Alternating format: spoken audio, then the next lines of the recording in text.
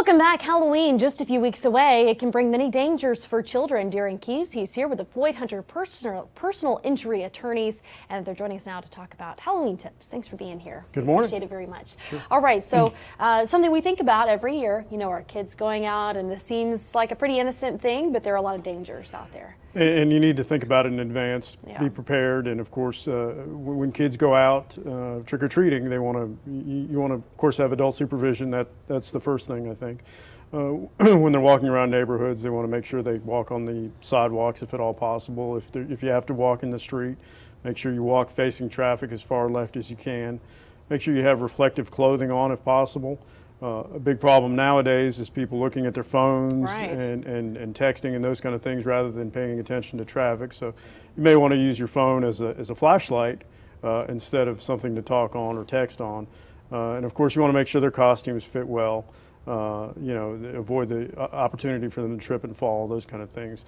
And of course you want to maintain control over the kids. The younger they are especially, they're more likely to dart out into traffic and things like that. You want to make sure when you're going through the neighborhoods that you watch out for people backing out of their driveways, for example.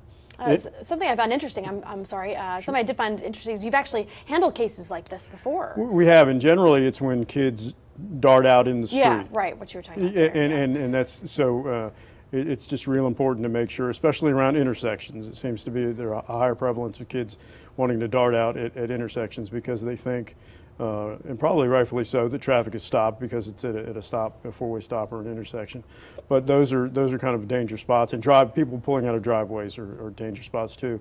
And as drivers, you want to, of course, you know, be alert that you know, between about 5:30 and 9:30, those are the peak periods for kids out trick-or-treating. And of course, you want to advise your kids not to, you know, go in people's houses or get in their cars and those things, and inspect their candy, their goodies before, you know, they partake after they get home. You want to make sure, you know, all the things that have been true still hold true. Still hold true, That's yeah. right. I know that Halloween is on a Wednesday this year, so I'm assuming a lot of the kids are going to be out over the weekend.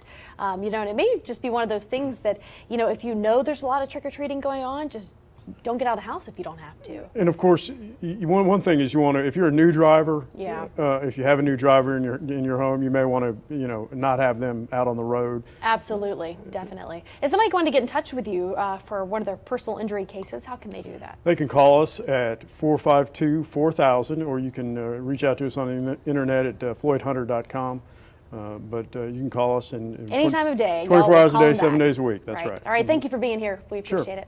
All right, don't go away. Coming up, then we'll have a